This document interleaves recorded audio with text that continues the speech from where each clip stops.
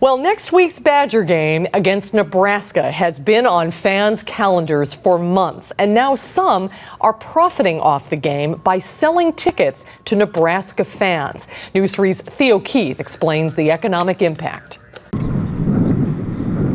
Tuesday, you could have pretty much any seat you wanted in Camp Randall.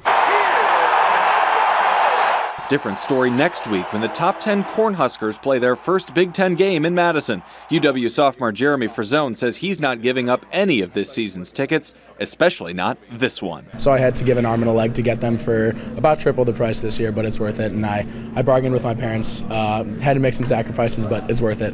I'll be at every game. But other Badger fans aren't so protective. The ticket website StubHub shows tickets are up for sale. With Husker fans, some of the nation's most willing to travel, they're going to have to pay up to get in. You can get a seat here for $225, but you might want to bring a pair of binoculars with you to the game. Or if being close is your thing, you might have to fork over up to $1,000. The one thing we have heard is that so many Nebraska fans travel without tickets. Deb Archer of the Greater Madison Convention and Visitors Bureau says they should at least be welcome for the amount of money they'll spend. You literally feel the impact difference. Last year it was the Ohio State game. This year we think it's probably the Nebraska game that'll be the weekend and the football weekend that will outshine all the others. Superfan Frazone says that's fine, they're coming to Madison, but selling your ticket to a Nebraska fan? No way. There are a lot of people that want to go to this game that cannot find tickets or can't afford tickets, and I think it's important to let the people who want to go. So don't send those tickets over to Lincoln? Pretty much, in a nice way, yes.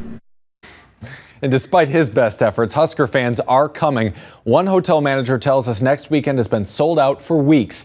We'll know on game day how many Badger fans were willing to sell to the Huskers for the promise of a big profit.